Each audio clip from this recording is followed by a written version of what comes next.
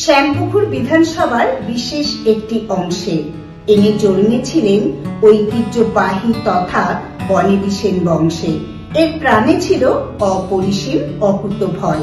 সেবা কর্মের দ্বারা ইনি করতেন মানুষের মন জয়। খেলাধুলায় এর ছিল যথেষ্ট পরিমাণে আগ্রহ। ইনি আরাধনা করতেন নানা ধরনের দেব বিগ্রহের। ব্যক্তিটি ছিলেন মোহনবাগান ক্লাবের অন্ধ সমর্থক।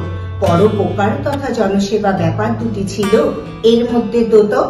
কোন ধরনের পশুর সঙ্গে এর ছিল না আদৌ কোনো দ্বন্দ্ব। সর্বোপরি অভিনয় কলায় ইনি পেতেন বেশ স্বাচ্ছন্দ্য। সাংসারিক জীবনে ইনি ছিলেন রেলে কর্মরত। এর সৃজনশীল কর্মগুলো যে রয়েছে আজও অক্ষত।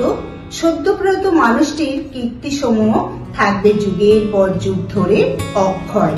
কারণ সত্য সত্য সৎ মানবাত্মার মুক্ত পথিক দীপঙ্কর সেন যে প্রকৃতপক্ষে মৃত্যুঞ্জয়।